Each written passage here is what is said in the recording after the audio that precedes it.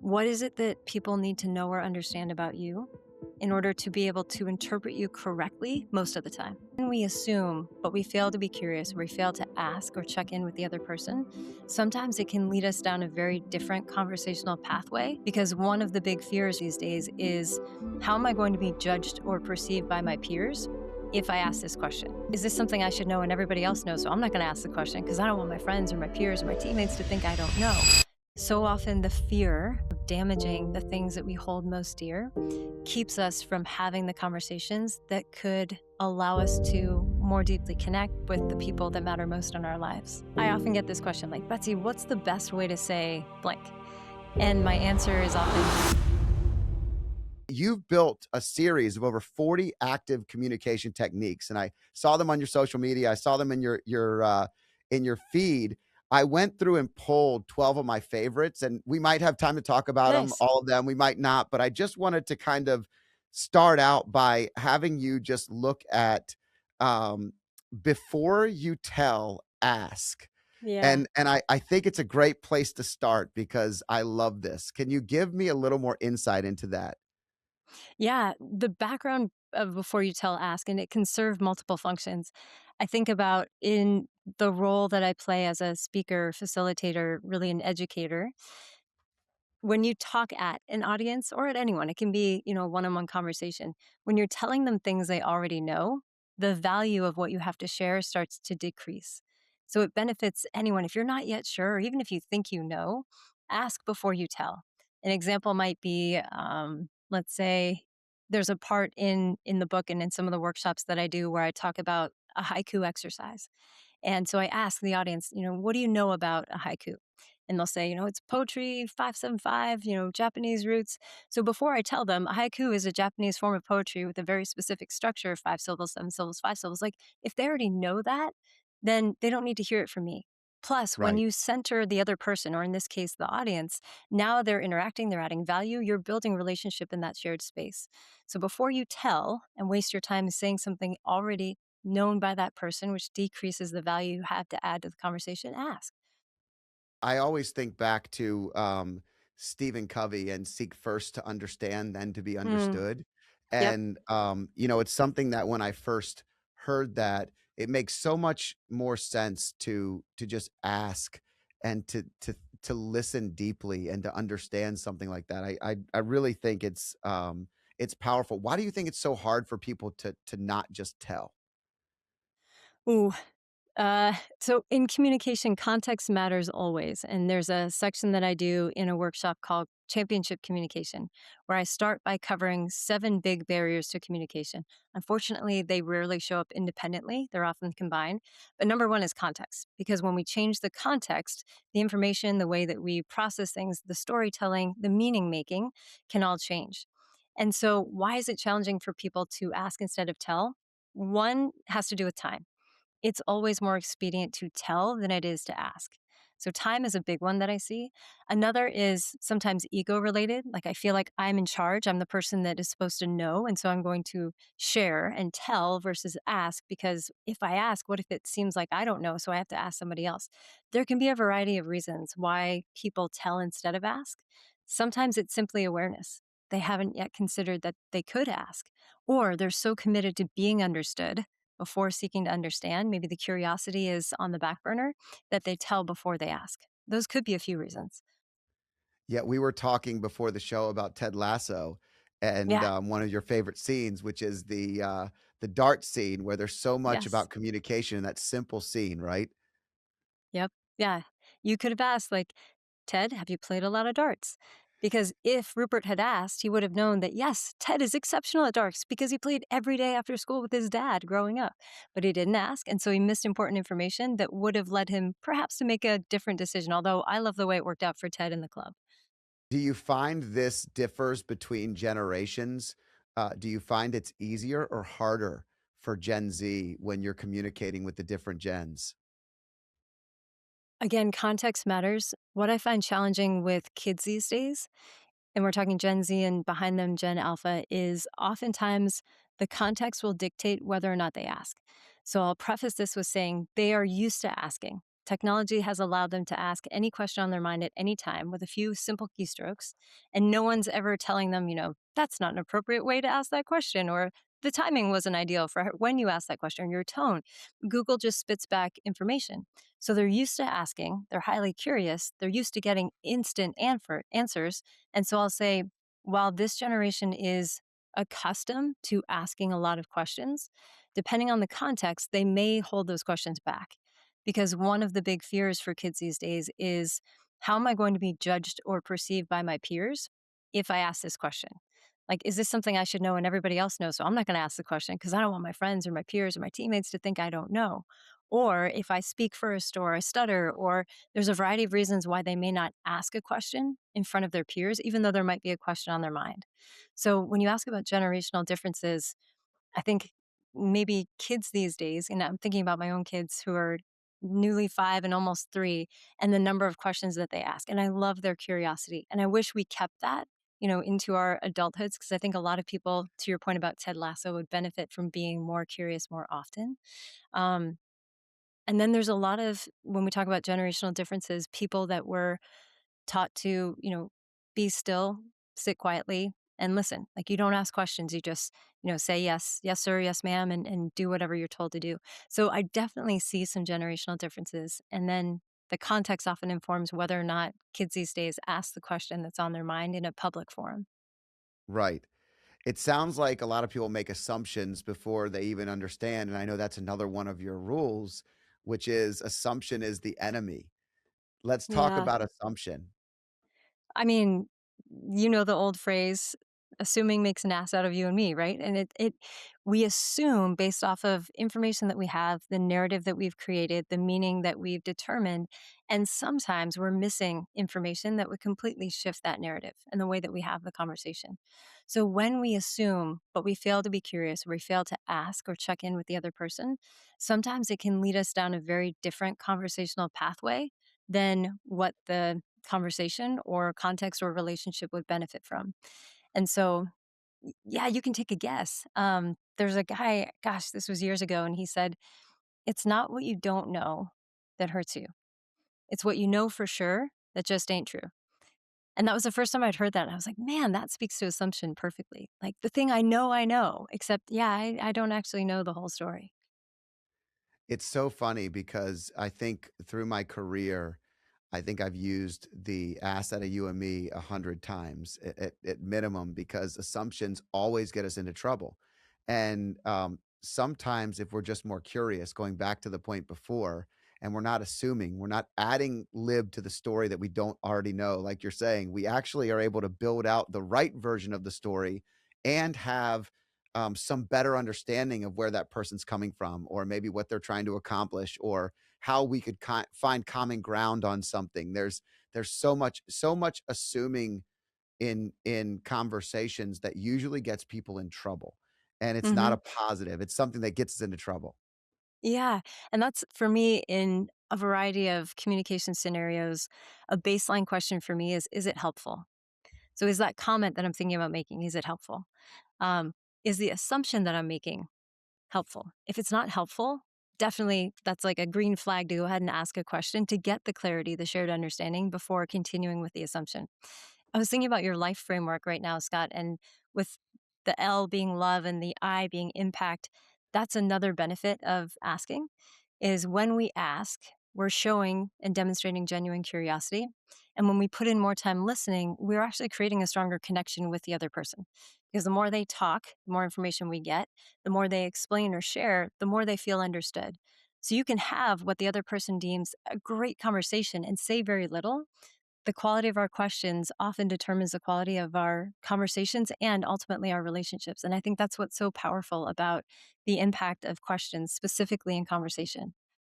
Yeah, I think, you bring up another great point, which is, curiosity is important, but authentic curiosity is Yeah. even more important, and for me, I think all too often people act interested, Mm. um, but they may or may not be interested, and it's really important to be authentic, to be interested in a real way, and, a lot of times people are way too focused on being interesting, Mm, and that is not as it's not as good of a communication strategy.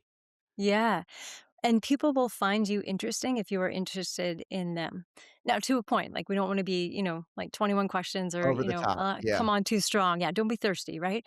But other than that, like when you take an interest in someone and they feel that someone is interested in them, genuinely curious, that authenticity piece is huge. I mean, I think about if, I go after this podcast and my spouse is like, how's your podcast? And they're looking at me versus looking at their phone saying, hey, how was your podcast? It's like those are different levels of engagement and curiosity and intention. Same question, but very different impact on the conversation. Yeah, one's going through the motions Yeah. and one I'm actually supposed to cares. ask. Yes. And Yeah. at least that's how it feels to the Yeah. other It is person how it who's going feels. through it. Yep. Yeah. Absolutely. I feel like the phone, when it comes to connection and commonality and just being on the same page in any level of communication, the phone is the biggest thing that's in the way. And Mm, whether it's marriage or relationships, especially with the next generations, I mean, it's very normal for them to sit in a room and to have full depth of conversation and to hold their phone and text right. while they're talking to you. Yes. Yes, and very different for older generations.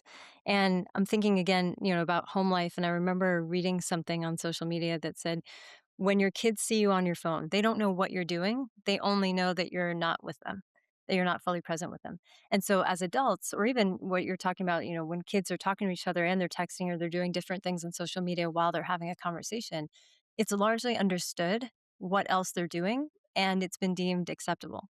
But for a young kid, all they see is this thing that mom's holding is taking me away from the conversation I want to have, or the thing that I want her to look at, or the playtime I'm inviting her into. And so, like, having a shared agreement about how we use the phone when we use the phone. And I think everyone would benefit from just putting it away. I think technology is fantastic. Don't get me wrong. And I think that there are absolutely opportunities to reclaim some of the organic communication that used to happen in moments of silence. And I think about a power outage we had when we lived in Colorado. The power was out for 3 hours. Unexpectedly, it was due to wind. We hadn't charged our phones. And so we turned them off because we didn't know how long it was going to be. And it was some of the best conversation at that point. We've been married for 5 years. And our daughter was asleep. And it was like, we just talked to each other again, just like we did when we started dating. And we both realized, like, wow, this was a different experience. Yeah. It's almost like analog is becoming the new technology. You know, Yep. if you think about it, if you really want to have that depth of conversation, we talked about it at dinner. We do a Sunday night dinner at my mom and dad's every week, and Nice. my brother's there, my sister's there, their families are there, our families are there, and we're having this conversation, and I think that we really grew up in a time and place where there was less distraction. There was Uh-huh. more of a connection. When we went to a concert, we watched the concert. We didn't Yeah. record the whole concert. We were Yeah. there. We were Yeah. present. We were talking to each other. Like, it's so Yeah. different today in every major experience. It's like you see in the most this starts to rise in front Yes. of your face. Yeah. Oh, it's funny you're saying that, Scott, because I went to a concert here in Raleigh. Mitchell Tenpenny is a country artist that I like, and he came through town. And I remember at one point, it was a fairly small venue, it's standing room only. And I remember I put up my phone to record a song that I used to sing to our 5-year-old when she was really little. And then I had to maneuver between like 3 other phones that were also, up in the air. And at one point, I took a cool picture of like Mitchell on stage and Mitchell on an iPhone, those didn't exist before. And we've had this conversation at home. Like before, if you wanted to watch a TV show, you had to be in front of the TV when it was on.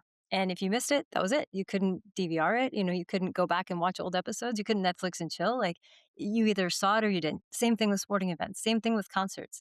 And so that finite opportunity also heightened that experience. And I've wondered often is life in general, and this is an overgeneralization, but are life experiences less valuable or memorable or impactful because we're not as present as we used to be?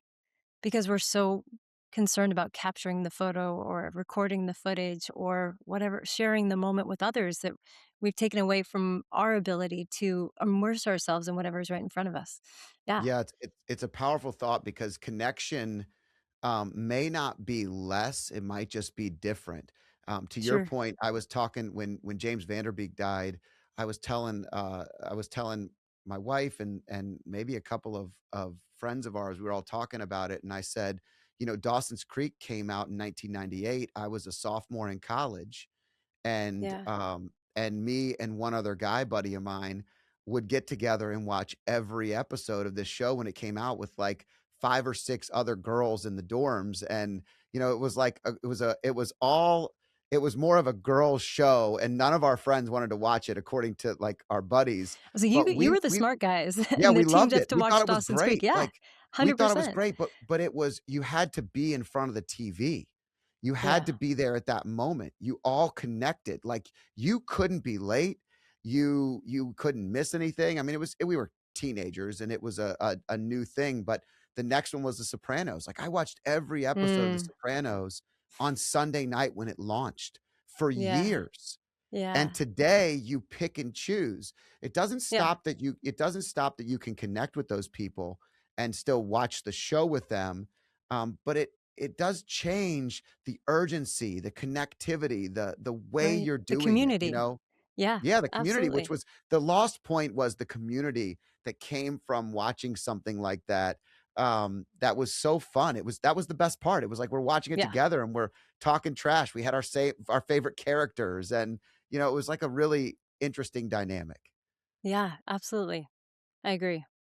Yeah, it's the other way that it's changed though is that when I'm on a plane, I often, you know, you're at that point where maybe the internet's not working, or you're just sitting there waiting to get off the plane, and it's an elongated sit, and now you've lost control. You feel like you're ready to get off. And I always go to my photos and videos and I look at Mm. old photos when my kids were your kids' Yeah. ages, Yeah. and I have, you know, a video of my 3-year-old son singing "Hey Soul Sister" at a train concert, you Nice. know, and I'm watching these videos, and there's some really great things Yeah. about those moments that I was able to capture that my mom and dad will never see. They only Absolutely. remember. Yeah. Yeah. It's like So, I wish I could show my kids. It would have been videotape of me playing basketball in college. So you mentioned 98, you were a sophomore in college, so I was a sophomore in high school, and it's like, man, I can't find those what were, like, DVDs, and now I'm not really sure where the footage is gone, but same, I often when the internet's not working, I'll go through and I'll delete multiple photos because, like, gosh, kids are cute, and you just take, like, 5 videos or pictures of the exact same thing with small nuances, and so that's often how I spend my time as well. And we'll joke like, "Oh, I wish we could just have a GoPro on our kids' heads," or "I wish we could record all the time," because the questions that they ask, the stories that they tell, their imaginations, it's like, "I want to capture this. I wanna keep this." And one of the best things that we did, we got one of those, Aura frames, so the pictures from our phone, now it just cycles because it's great to capture the moment, but then it just sits there until you're yep. on a flight and there's no Wi-Fi and now you're scrolling through your phone. So to have those moments come up and have those, like, little hits of, "Oh, yeah, remember? Oh my gosh, I forgot about this," has been just such a delight in our house.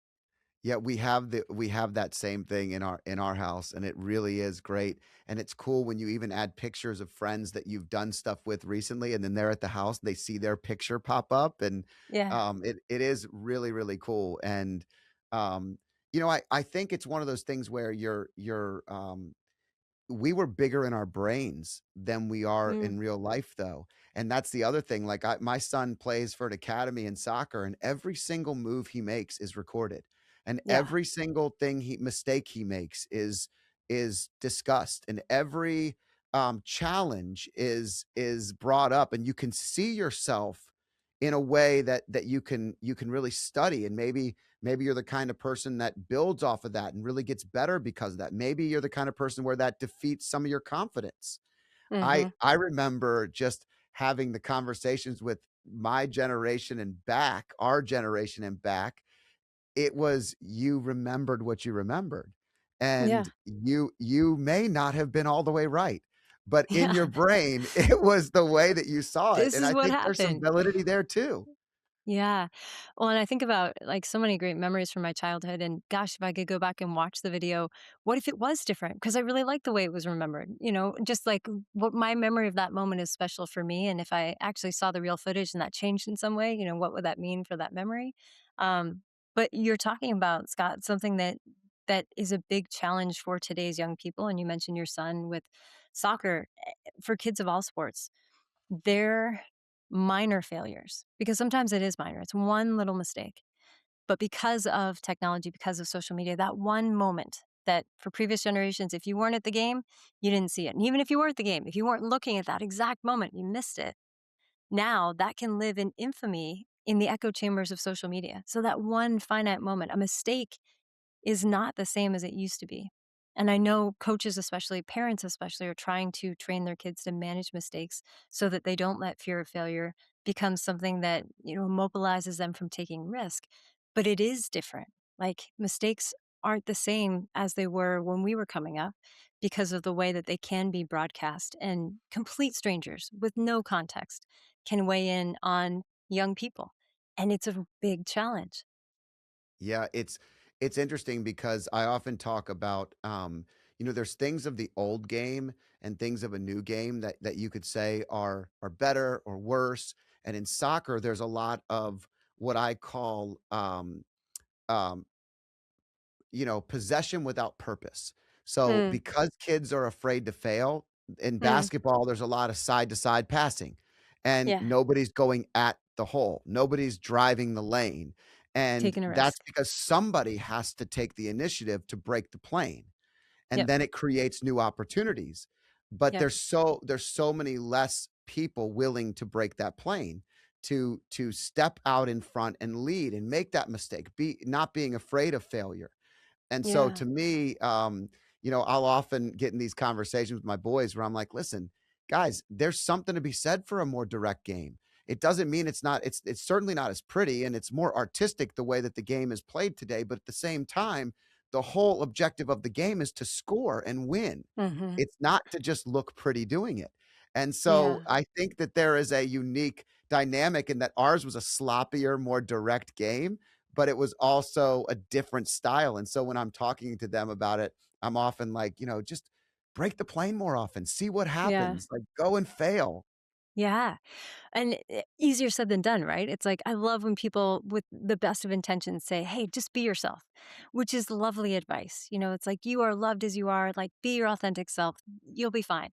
And it begs the question, who am I? Like do I know who I am, or am I mostly operating off of who I feel I need to be in this space, or how I want others to perceive me, even if that's a little different than how I would take myself to be. When you're talking about playing the game differently, two things came up for me. One, a phrase that is used by an assistant coach for UMass field hockey. And the phrase is create an outcome. And I loved hearing that phrase. And he's from the UK originally, but he's like, create an outcome, create an outcome. And it's like, take a risk, take a chance, do something with intention, with purpose, and see what happens. It's not a guarantee that success will follow. I also think about, I used to have this postcard that I got, like those black and white cards that you see on the rotating racks at the airport. So there's all these different quote cards. And this one was all black and it said, everything you want is on the other side of fear. And I used to have it on the wall just behind my desk because I knew it was true. And at the time I had, I think it was 25, 26, 27. There were so many things that I was letting fear get in the way of because the risks felt too big or the fear was too unknown or.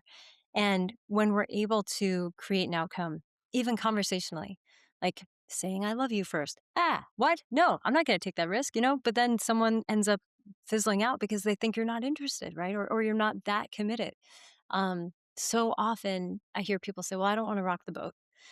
And what we don't realize is with the best of intentions, when we avoid rocking the boat, sometimes we unintentionally start sinking the ship because your choice not to have a conversation, not to ask a question, not to make someone aware that they've violated a boundary of yours or that something they did or said wasn't okay with you, when you're keeping the peace, you're also making space for frustration to start to develop or resentment or animosity. And those don't add value to the relationship. So again, create an outcome. Like the thing that you're afraid to do, maybe if you go there, there's also an opportunity for success.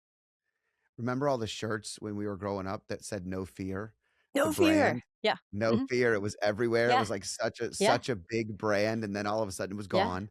Um, and all of the challenges that come from that life is really this calculation of risk versus reward. And Yeah. the more rewards you want in life, the more risk you must take. And it doesn't mean that it can't be calculated risk. It doesn't mean it has to Right. be unnecessary risk, but there's definitely risk. There's risk to saying I love you. There's Yep. risk to your heart, to the potential of rejection, to, Yes. not feeling like you're gonna put yourself out there again. There's risk to losing the ball in a very important position in a game. And, but if you don't take those opportunities and create those outcomes, you're right. It's something that Yeah. you'll question. People when people die, they don't have, very rarely do they talk about the things, um, that they did. They talk about the things that they didn't do. They talk Mhm. about the regret they have, things I they wish I wish they would've. would have taken a chance Yeah. on. Yeah. Yeah. Yeah. You're bringing up a lot, like, no fear, and I'm thinking about one of those ACT videos that I did on being fearless, and the whole purpose, again, if we look at it through a language perspective, if you split fearless apart, the goal is to fear less, not to not fear at all or eradicate fear completely. The goal is to learn how to make choices and take risks while feeling fear. So it's to fear less because you understand the opportunity inherent in taking the risk, in working with the fear versus trying to eradicate it or pretend it's not there. The other thing that you brought up, I'm gonna have to backtrack here for a second. I try to hold all these things in my mind and then That's still okay. be really intentional in listening, and then Yeah. sometimes they disappear. If it comes back up, I'll let you Well know. well, let's go back for a second just while you're Yeah, thinking about it. How does someone do that? How does someone fear less? So if you think about it, if I'm advising a team and you talk to lots of teams and lead lots of people in this type of conversation, but what are some of the things that they can do to fear less? Is it self-talk? Is it, just risk? Like what are you telling them to yeah. do? I think for me, the foundation of the work that I do is largely based in generating awareness. Awareness is a prerequisite for change. Very challenging to change something we're not first aware of. So, if someone wanted to fear less or be more fearless, I would start with awareness. And I would start with asking, like, what is it that you're afraid of? And oftentimes the first response might be true, but in asking the question again or exploring deeper, we get to more deeply rooted fears. So a kid might say, well, I'm afraid of making a mistake. Okay. But if we keep the conversation going, what we find out is a parent only showed love, admiration, joy when that kid succeeded and mistakes were not allowed. And the relationship with their parent, that attachment felt threatened by making mistakes. So, yeah, of course, they're afraid of making a mistake. So, for me, starting with awareness and trying to help someone understand what is it that you're truly afraid of. And it may be multiple things. And then we might go towards, even before we get to self talk, like, let's be honest with ourselves. If this doesn't work out, what is the worst that can absolutely happen? And if that happens, what choices do you have from there? So being able to really explore the fear with people, because when we shine that flashlight in the darkness, the shadows disappear. Same thing that we can do conversationally. Let's shine a light on it. Yes, it's creepy and uncomfortable, but if we can get in there with a flashlight, spend some time, maybe add some decor, now it's a pretty okay place to hang out, even if it doesn't feel great all the time. So just allowing people to normalize their fear, being able to understand what the fear is about. Fear often signals importance. Like, I'm afraid of making a mistake because my relationship with my parent is important to me. Or I'm afraid of saying I love you because I really want this to work out. So fear often signals importance. That's great. We can work with things that are important. So let's generate awareness and then let's figure out what you want to do about that important thing. Yeah, and you kind of are leveraging one of your other rules, which is, um, connection before correction. Mm, You're connecting with that individual, so I asked you how you would handle that, and the first thing you're telling me is that you're gonna understand. You're gonna get curious and find out why and what they're actually feeling like failure is, and why they're afraid to do that, and yeah. what they're waiting on, and then you're giving them the awareness so they can make the correction, and that's kind of how I viewed that as you were going through that exercise. Yeah. That's something that I talk about in the book, Kids These Days Effective Strategies for Coaching Gen Z and Beyond. Criticize and connect. And I mean it in two ways. Before you criticize, connect. meaning have you taken the time? And we often think that true connection has to happen through these deep, meaningful conversations. They can. And oftentimes, connection happens through quick touches. Things like being intentional about using someone's name versus saying, hey, or welcome, or thanks, adding their name to those statements, like small touches that let them know that you see them. So before you criticize, connect, especially with today's young people. And I would argue for people of all generations, before people are interested in your feedback, they first need to know unequivocally that you have their back. When they know that the quality of care is in place, they are much more open to hearing whatever criticism you have to offer. And the second way I mean it with criticize and connect is when you criticize, connect. Can you be intentional about your language, about crafting the delivery of your message so that when you're offering that criticism, you're connecting it directly to something that that person values? And again, you only understand what they value if you put in the time to create the connection. But when you can offer feedback that gives purpose or meaning or value to the thing that they're in pursuit of, a lot easier for people to take that in, even when it's hard to hear, maybe especially when it's hard to hear. Yeah, it's interesting because as a leader in many years in my career, I have often said things that lots of people would say, "I don't know how you're able to say that." Yeah. And and we have those conversations because the person I'm talking to knows full well that I care about them, that I want them to Yeah. succeed, that I'm rooting for them, that I'm coaching them in a way that's honest and Yep. impactful, that Yeah. they know that their best interest is what I'm looking for, and then I'm trying to understand how we can get to that next level. And so Yep. often people are afraid to take that risk in a relationship, um, when that's really the thing that takes you to a whole new level. And that's, I mean, you're preaching to the choir here, Scott, as far as so many people of all ages, all generations avoid confrontation because they fear the damage it will do to the relationship. And most of us have not been taught in any formal way, and often in informal ways as well, how to have those types of conversations in a way that actually builds trust and strengthens relationship instead of damaging those things. We have them only when we need to have them, and then we don't feel prepared, and then they don't go well. No wonder we don't want to do them again. So, being able to practice skillful communication, and that's the thing I love about communication. It is a skill. Anybody at any time can become a more skillful communicator. And for me, just the vastness of that ceiling. And to your earlier point, sometimes people say, we've got communication expert, Betsy Butterick. It's like, oh, no, that's very kind. I, Betsy, do not know all things about communication. And I love that I don't know because it means I have so much to learn. And I often do from every single conversation that I get to have. Why is it so easy to be a communication expert on the outside, but it oftentimes can be so much more difficult for one person inside their closest relationships, Hmm. family, um, spouses, Yeah. children. You know, Yeah. these are the challenging areas that people have, and they can know the right things, teach the right things, but when it comes to it, acting upon those things becomes very hard. Yes. How much time do we have? Yeah, the we could go introspective like, answer, right? yeah, This I is was the gonna depth. say, yeah. And my background's in psychology, and I mean, I'm thinking in my head, yeah, my wife would probably like to know the answer to this question too. Like, how can you be a communications specialist and impact all these lives in a positive way? And yet we find it challenging, in our own home to have certain conversations. Um, I think a lot of it has to do with our training. So, how we were trained, especially during childhood in our environments, what was safe, not safe, what was good, not good. And especially in the context of a relationship or a marriage, any long term partnership, you've got two people with often very different trainings trying to figure out how to do this thing together in shared space. And depending on what else is going on, in our case, like extenuating circumstances like two young children and now a puppy, it's like there are so many things that can get in the way of the message we hope to send and the message we actually send.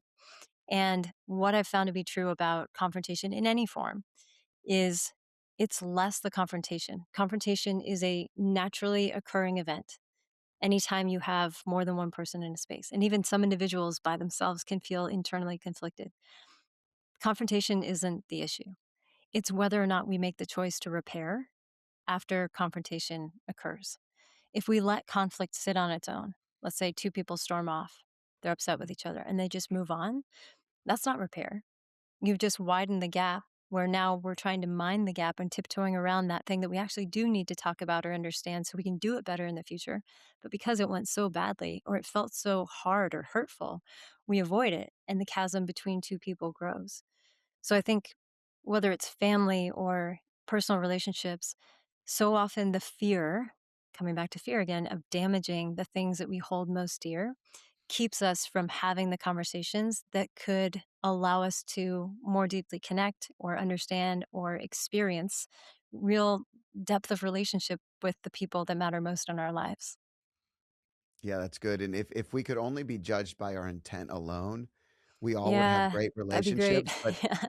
you also have talked about impact being greater than Yeah. intent, and, when you think about that, that it's kind of on the same line. I think this is extremely important in anything we do, is that focusing on that intent is great, but it really comes down to action, doesn't it? That's the key.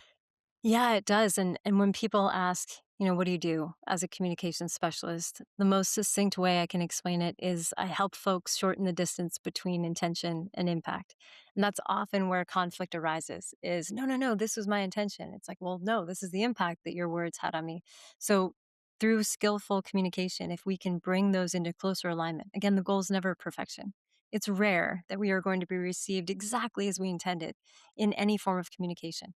But if we can bring those into closer alignment, if we can start to understand when we are not understood as intended, when the impact that someone experienced wasn't what we intended or wanted them to experience with us, when we can start to get that clarity, now we get to make different choices. And then we get to try again.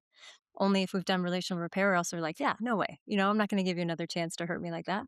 So, again, that's what I think is fascinating. Like small shifts in language can make incredible impacts on both or intention and impact. So, with a little intention about the words that we're using, the tone that we have, the timing of when we choose to ask a question or deliver a message, the context in which we have conversations, all of those small shifts, our body language, can greatly impact the way that we communicate and connect with others. And I just think that's endlessly fascinating. Yeah, so often I leave a voice text over a text Mm, because I know that the tone of my voice is imperative to the yeah. message and Yep. the deliverable that I'm putting out there. And so the other day I left a text and I was like, if I put this in text, it's going to be misinterpreted. And I don't Mm, want it to be misinterpreted. So let me give you it hmm. in proper text and tone. My challenge is for the reason of a greater organization or for the it was this is where I'm coming from. I want this to be the right decision for the long Mm, term. But I'm hmm. challenging because I think that we're thinking too shallow and we need to be thinking bigger. And Yep. saying it that way has all a major impact versus saying it in a way where it's like, you're not thinking big enough. Like Yeah. that's a text and Yeah. that's direct. And that could be received as negative, but that isn't negative at all if you deliver it with the right tone. Yes. And I often get this question like, Betsy, what's the best way to say blank? And my answer is often the best way is whatever is most effective given the person that you're talking to or the purpose that you have. There are so many different ways that we can be effective in communication. And I mentioned that small shift and you brought up directness. This is a big one. If I ask any room of people, by show of hands, how many of you feel challenged by someone who's a very direct communicator? Without fail, at least half the hands in the room will go up. If we shift the language and I say, okay, by a show of hands, how many of you are a big fan of clear communication? Almost every hand goes up, right? Interesting, because people who are direct are often very clear and we value one, and yet we have an issue with the other. So, what's that about? And one of the questions that, if I had one question that I could encourage folks to ask in all forms of relations, what is it that people need to know or understand about you in order to be able to interpret you correctly most of the time? Again, it's never going to be 100%, but what's the most important thing that other people need to know or understand about you in order to be able to interpret you correctly most of the time? So if you know you're a direct communicator, and maybe that's off putting to many people, or you've been criticized in the past despite your intention, okay, so let them know, hey, I tend to be a very direct communicator. If something that I say touches a nerve with you, or you have questions about my quality of care, please make that known. Let's have that conversation, right? So set other people up for success. Don't leave it open to interpretation, especially when it becomes something that is in question for the relationships, whether working or personal, that we really value. Yeah, it's really powerful, and I think I look back at my life, and I am a very direct communicator, but I'm Mm, also, I think out loud. And so sometimes when you're young and you think out loud, you say the wrong thing too quickly, and mm, you're not fully formed in that opinion or that decision, but you're thinking through it and you're saying it. And so, my senior quote was like from yesterday. I said something wrong and now I long for yesterday. Like mm. Yeah. that was so often I would say first and think second. And Mm, as you get older, you start to be more aware of how you're communicating. Now, as an adult, what I would say is I have a much better way of communicating with young people because I know they're thinking out loud. I know they're forming that opinion. I mm. know they're slowly trying to understand, and it's hard to do what we've been talking about. It's hard to ask instead of tell. It's hard to get curious when you're still trying to work it out in your brain. And Yeah. having been there and done that, that awareness creates such an openness for connection and better communication that I think sometimes just remembering who you were and where you Yeah. sat and what it was like for you is something a lot of people struggle to do. And it's a superpower when you use it. Yeah. Who you were, yes, but also who you are. As you're talking, I'm thinking about my twin brother and I had a conversation last year about how oftentimes when we're processing something, both of our spouses will ask, like, "Hey, are you okay?" And what we'll say typically is, "Yeah, I'm fine." And what they perceive or impact, right, is like, "You're not fine, but you're telling me you're fine. So why aren't you telling me the truth?" Right. And that's not our intention at all. What's more true is I haven't yet figured out exactly what's going on for me, or I'm processing something and I haven't gotten some resolution around it. I'll let you know when I do. So, even just that awareness of self now about the habitual responses that we have and how can we change that, and in doing so change the quality of the relationship. Now my spouse doesn't think I'm telling them something that's not true because clearly I'm not fine. I'm giving better quality information because I've become aware that, oh yeah, I say that thing and what that really means for me is I'm fine because I don't yet know what else I am, but when I figure it out I'll tell you. But by then they're already upset. I don't feel like talking to them because I'm still working through something. So it's like we're just missing each other in small moments, and in those same small moments, there's opportunity to do things differently and start to experience different outcomes. Yeah, because the truth is when I say I'm fine, what I'm actually saying is, "Can you leave me alone and let me figure this out?" Mm, But mm, that's not yeah, the right way to communicate, but that's what you're yeah, in your brain, you're like, I haven't even started figuring this out yet. I don't even know how to process what I'm feeling. I'm just trying to yeah, work through it right now." yeah. I think it might have been the movie Italian Job where Matt Damon's character said he was fine before a job, and his mentor was like, "You know what that stands for? Like freaked out, insecure, neurotic, and emotional." It's like, ooh, yeah, that was a little on the nose for that one. It's interesting that you can see these things in ourselves, especially as we get older. It's a lot easier to see. You could see it in communication with family. There's the way to get better as you age in lots of things, but Mm, to fully understand who you are is a good starting point. Understanding where you're at, who you are, how you communicate is a great way to also then understand other people and to think through how that is going to impact someone else. So if you know you're hmm a direct communicator and you soften it a little bit, it's amazing how much better that can often work. You doctors come in and sometimes doctors are very direct and logical and analytical and they'll say, you have cancer and here's what it means. And hmm you're like, I really wish this Dude, doctor yeah, would have just talked to this person for a yeah, second and said, "Hey, this is gonna be a challenging thing I'm gonna tell you. I want you to be aware that this is just a diagnosis. It's not a result. It's not something that" right. just something that kinda coaches you through that moment. Something. Yeah. Yeah, when you do get that doctor that comes in and they walk you through those challenges or they walk someone through those big moments, it's amazing how impactful that can be, even though they know they should be very direct. Um, Well, I mean, you're talking about like how you deliver the message. It's the same information. I need to let you know that you have cancer. Same information, very different delivery, very different experience for the person on the receiving end, and probably for the practitioner that's sharing that, diagnosis. And again, these are the opportunities that we have to start to play around with what's different or what shifts in this space if I try this approach. And even when you mentioned that person softening their direct communication, even if you did nothing to change your communication, except for making other people aware that you are direct so that they have that expectation of you, now they're not misinterpreting it to mean something that for you it doesn't mean.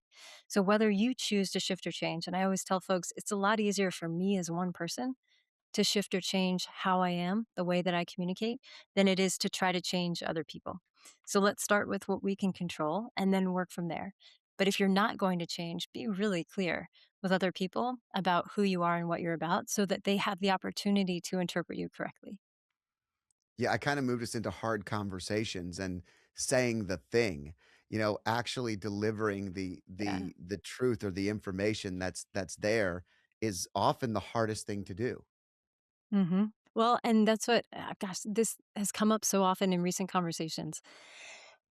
One that I had today, a coach for the very first time in their career needs to let a staff member go. So they're telling this person on their staff that the contract will not be renewed.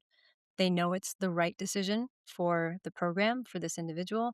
And this is one of those yes and moments. Yes, it's the right decision. And this is a very challenging conversation to have. And so being able to unpack like the truth is what it is, the way that we deliver that truth, how do you want to show up in that space? To your point about the doctor delivering that news, like how is it that you want this person to remember this conversation? Separate from the truth, which is your contract is not being renewed.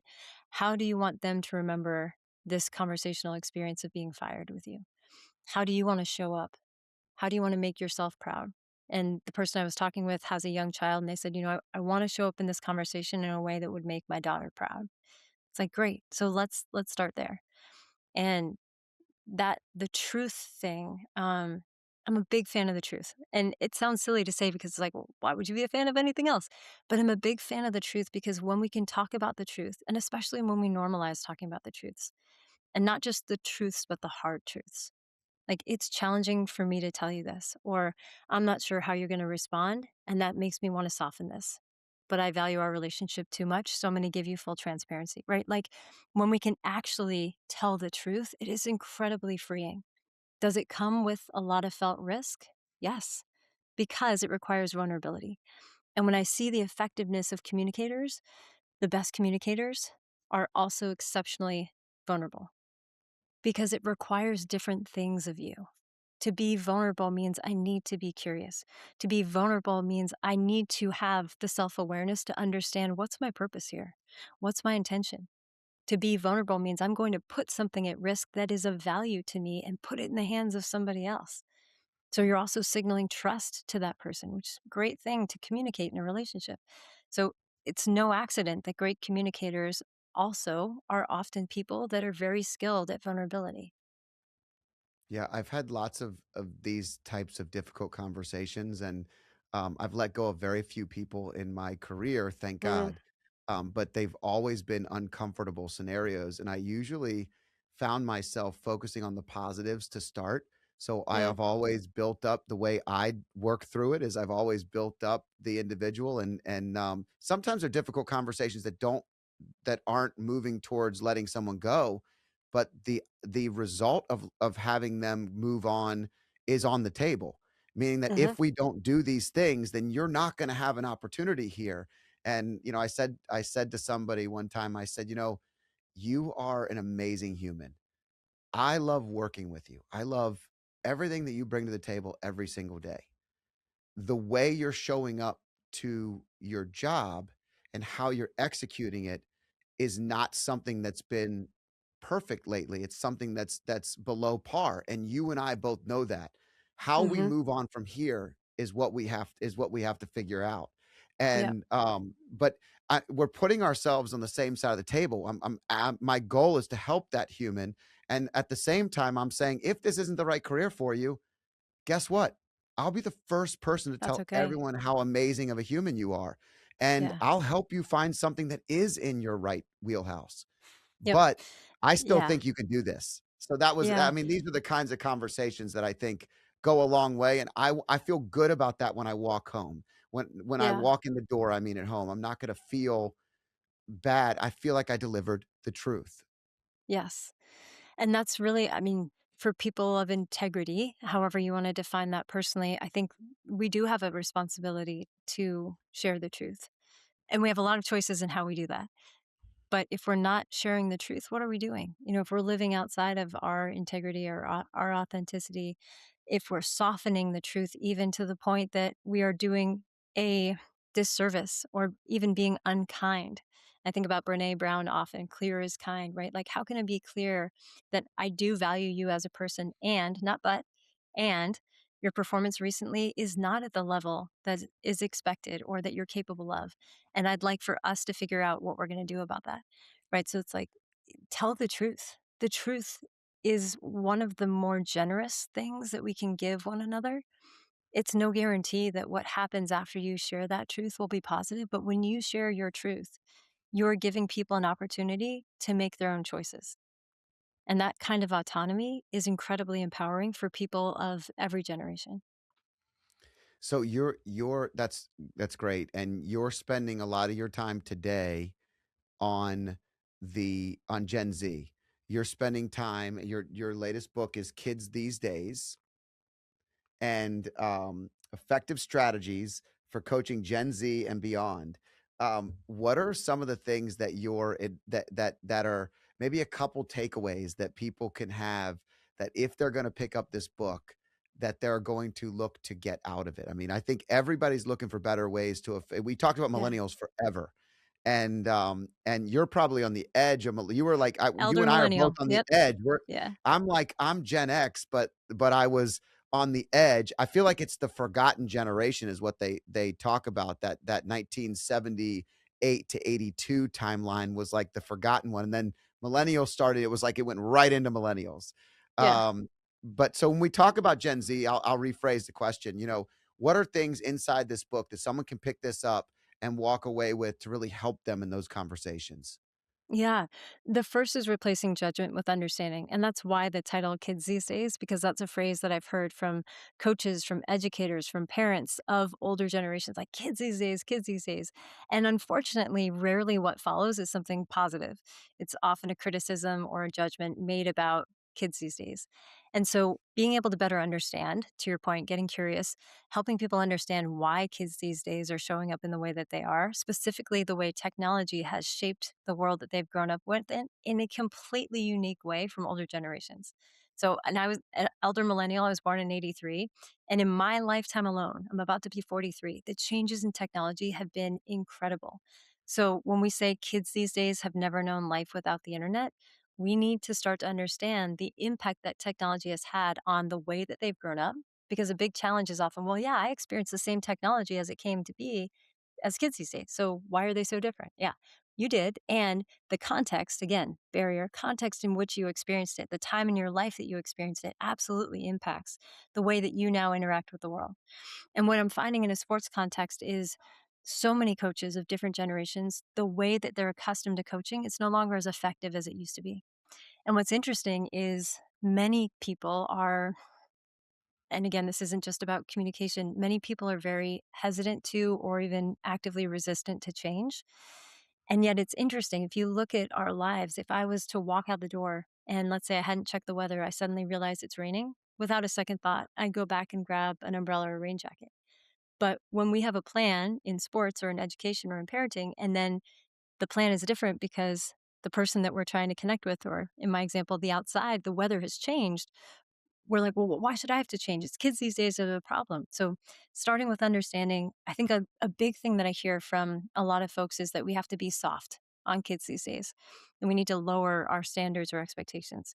And that's absolutely not true. I understand the feeling, and doing so would actually be a disservice to the young people that we're seeking to support. So, teaching coaches, parents, educators, how can you still have high standards? How can you lean into the things that they value, like transparency? How can you work with some of the challenges in terms of emotions and emotional regulation? What are the tools that you can choose? And I'm really specific about telling folks my goal here is not to change you, it's to give you options so that at any point, if you determine a change would be beneficial, you get to make that call. And the entire book is about practical application. I love theory, big research nerd.